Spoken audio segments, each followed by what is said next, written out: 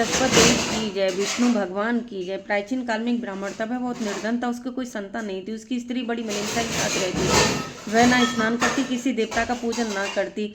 इससे ब्राह्मण देवता बड़ी दुखी थे, बेचारे बहुत कुछ कहते थे किंतु उसका कोई परिणाम ना निकला। भगवान की कृपा से ब्राह्मण की स्त्री के कन्या रूपी रत्न पैदा हुआ। कन्या बड़ी होने पर प्रातःकाल स्नान करके विष्णु भगवान का जाप व बृहस्पतिवार का व्रत करने लगे। अपने पूजन पाठ को समाप्त करके स्कूल जाती तो अपनी मुट्ठी में जौ भर के ले जाती और पाठशाला के मार्ग में डालती जाती। जब ये स्वर्ण के हो जाते, लौटते समय उनको बीन का घर ले आती थी।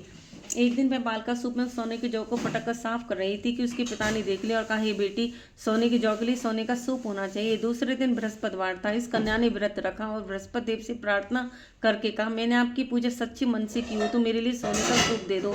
बृहस्पति देव ने उसकी प्रार्थना स्वीकार कर ली। रोजाने की तरह वह कन्या जौ फैलाती हुई जाने लगी। जब लौट कर जौ बीन रही थी तो बृहस्पति देव की कृपा से सोने का सूप मिला।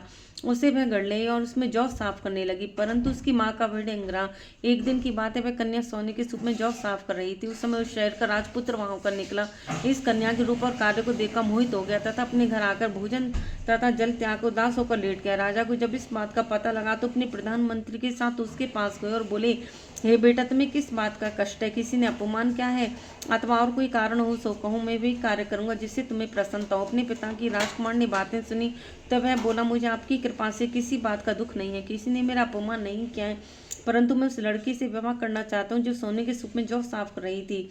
यह सुनकर राजा आश्चर्य में पड़ा और बोला, हे बेटा, इस तरह की कन्या का पता तुम ही लगाओ, मैं उसके साथ तेरा विवाह सही करवा दूंगा। राजकुमार ने उस लड़की के घर का पता बतलाया। तब मंत्री उस लड़की के घर का ब्राह्मण देवता को सभी हाल बतलाया। ब्राह्मण देवता राजकुमार के साथ अपनी कन्या का विवाह करने के लिए तैयार हो गए तथा विधि विधान के अनुसार ब्राह्मण की कन्या का विवाह राजकुमार के साथ हो गया। कन्या के घर से जाती पहली बात उस ब्राह्मण देवता के घर में गरीबी का निवास हो गया। अब भोजन के लिए भी धन बड़ी मुश्किल से मिलता था। एक दिन दुखी होकर ब्राह्मण देवता अपनी पुत्री के पास गए।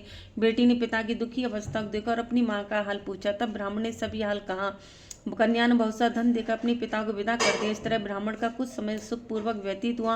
कुछ दिन बाद फिर वही हाल हो गया। ब्राह्मण फिर अपनी कन्या के गया और सारा हाल कहा तो लड़की बोली, हे पिताजी, आप माताजी को यहाँ लिवा लाइए, मैं उसे विधि बता दूंगी जिससे गरीबी दूर हो जाए। वह ब्राह्मण देवता अपनी स्त्री को साथ लेकर पहुंचे तो वह अपनी माँ को समझाने लगी, माँ, तुम प्रातःकाल प्रथम स्नान आदि करके विष्णु भगवान का जाप और पूजा करो तो सब दरिद्रता दूर हो जाएगी। परंतु उसकी माँ ने एक भी बात नहीं मानी और प्रातःकाल उठकर अपनी पुत्री के बच्चों की जूठन को खा लिया। इससे उसकी पुत्री को भी बहुत गुस्सा आया और रात को कोठरी से सभी सामान निकाल दिया और अपनी माँ को उसमें बंद कर दिया। प्रातःकाल उसे निकाला तथा स्नान करा के पाठ करवाया तो उसकी माँ की बुद्धि ठीक हो गई। फिर प्रत्येक बृहस्पतिवार को व्रत रखने लगे। इस व्रत के प्रभाव से उसके माँ बाप भी बहुत धनवान और पुत्रवान हो गए। बृहस्पति जी के प्रभाव से इस लोक के सुख भोगकर स्वर्ग को प्राप्त हुए। बोलो बृहस्पति देव की जय, विष्णु भगवान की जय। जय जय श्री राधे।